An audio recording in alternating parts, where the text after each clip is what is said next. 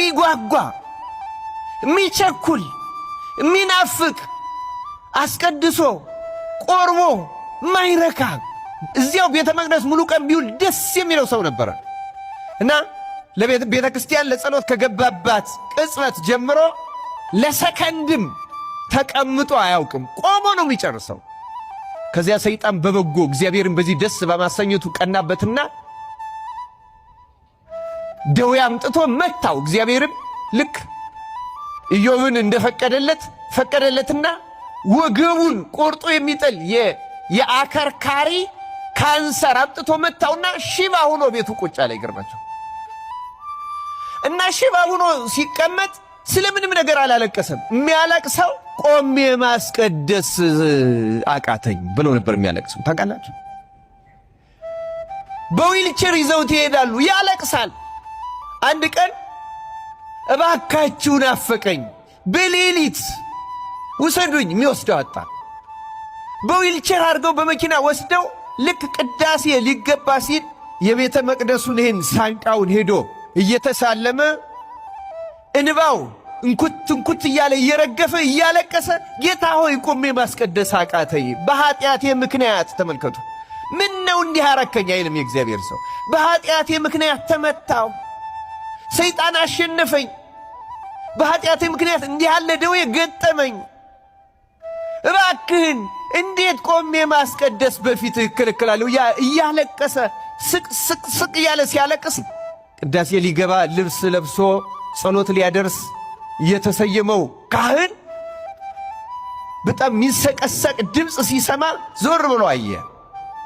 በዊልቸር ሆኖ ያ ቆሞ ሲያስቀድስ ሲቆርብ የሚያውቀው ሰው ያለቅሳል። ያ እንባው እየወረደ እየገፉ ያስገቡታል። ቅዳሴውን ከመጀመሩ በፊት ተንደርድሮ ሄዶ ጠየቀው፣ ምን ነው ምን አገኘ? እንዲህ ያለ ነገር ገጠመኝ። ይኸው ካንሰር ነው። አባቴ ሆይ እግዚአብሔር አዘነብኝ፣ ምን እንደበደልኩት እርሱ ያውቃል፣ እባክን ስለ ኃጢአቴ ማልድልኝ ያለ እንባውን ያረግፋል። ቤተ መቅደስ ሮጬ መጥቼ ከነ ኃጢአቴ እንኳን መቆም አልችላል፣ እነሆ ተመታው ያለ ሲያለቅስ ካህኑ እንዲህ አለው፣ አዘነለትና አንተ በሽተኛ ነህ፣ እዚህም መምጣት እንደዚህ ደክመህ አይጠበቅብህም። ሥጋውና ደሙን እኔ ቤትህ መጥቼ ለበሽተኞች በተፈቀደው ሥርዓት አቆርብሃለሁ። አሁን ወደ ቤትህ ሂድ አለው። የካህን ትእዛዝ ያከብራሉና ወጥቶ ወደ ቤቱ ሄደ። ቤቱ ሄዶ አልጋው ላይ አረፍ እንዳለ ወዲያው አሸለበው። በመሃል እመቤታችን ተገለጸችለት። በዚያው ቀን ተገልጻ ቅድም እያለቀስክ ወደ አንተ ቤት መግባት ተከለከልኩ በኃጢአቴ ምክንያት እያልክ የቤተ መቅደሱን ሳንቃ በሩን ስትስመው የሳምከው ዕቃውን ያንን እንጨቱን አይደለም ልጄን ነው የሳምከው አለችው እመቤታችን። ልጄን ጌታችን ኢየሱስ ክርስቶስ እሱን ነው የሳምከው። ሰይጣን ነው እንደዚህ ያደረገብህ። ልጄ ፈቅዶልሃል፣ ከዚህ በሽታ ፈውሷል፣ ይቅር ብሎሃል።